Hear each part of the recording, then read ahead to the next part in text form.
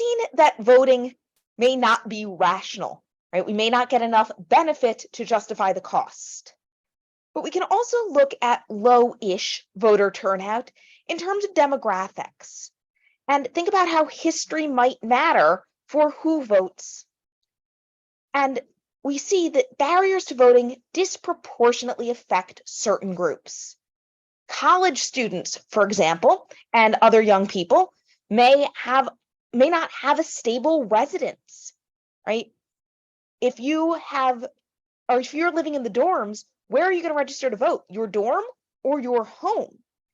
And what if you take a summer job somewhere else, like an internship, and you're living wherever that is just for the summer? You're probably not going to register to vote there because you're not going to be living there in the election. But then do you register back at home, or what do, right?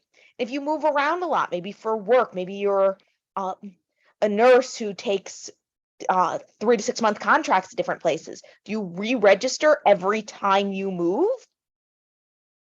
Now, young people typically are more transient than older people, so these barriers typically affect younger people much more than older people. Voter ID laws also make it much harder for poor and minority voters to vote.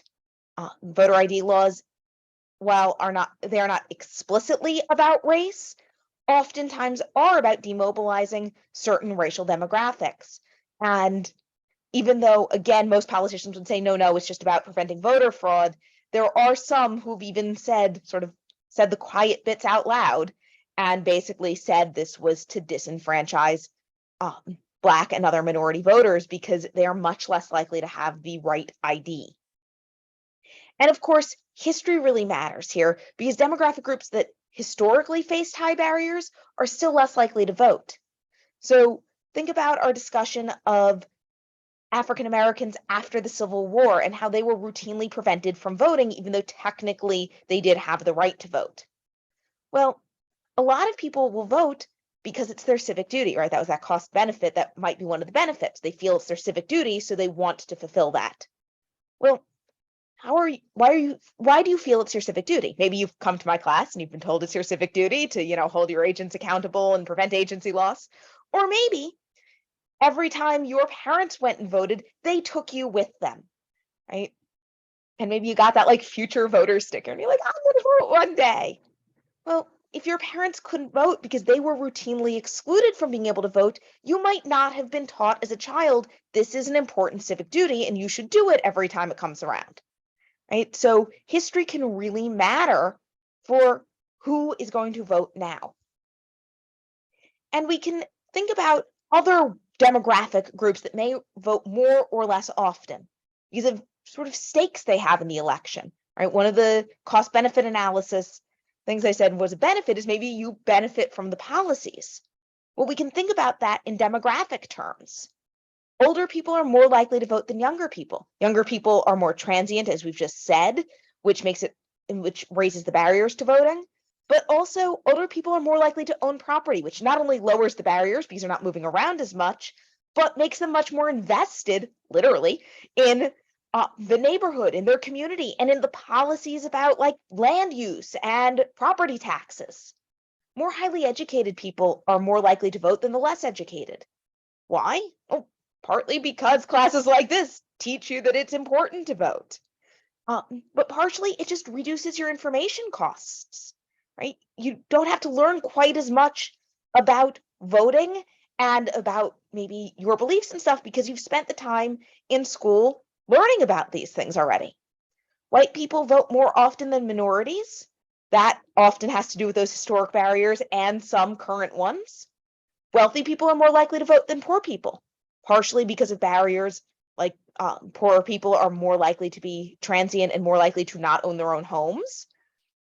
But also because wealthy people have, again, a greater stake in policies, right? They have more money invested in things, and they might care about capital gains taxes or different policies like that, which may just not really affect poor people as much.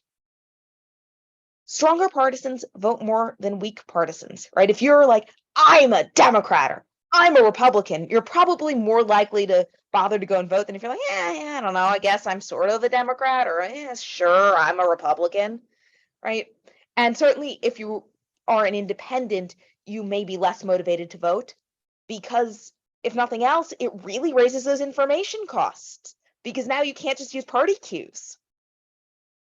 People with roots in their community are more likely to vote, partially because they often have a greater stake in policies that are going to be made, but also because their community may educate them on civic duty, may provide that sort of social pressure, and may also help reduce information costs. You may talk to your neighbors or fellow churchgoers or Rotary Club members or whatnot and learn more about the candidates. And often at the level of local and county elections, candidates will actually go to local church services and Rotary Club meetings and shake hands and get to know people.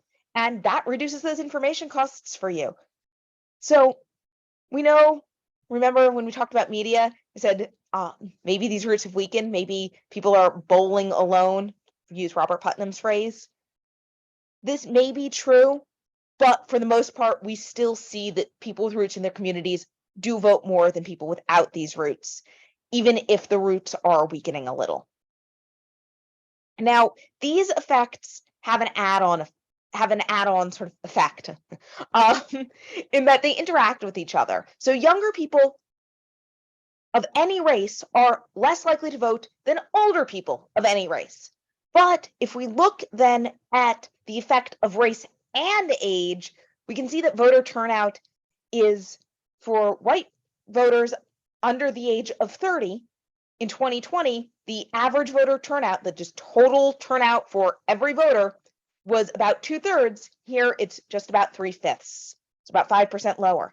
But if you look at the different racial demographics, each group votes a little bit less. So our lowest voting demographic, our lowest turnout demographic is Black people ages 18 to 29. So you can see they voted at well under half who are eligible actually voted.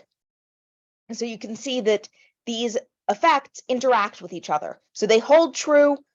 Black people vote less often than white people. Young people vote less often than old people, but then compound each other when we combine the effects.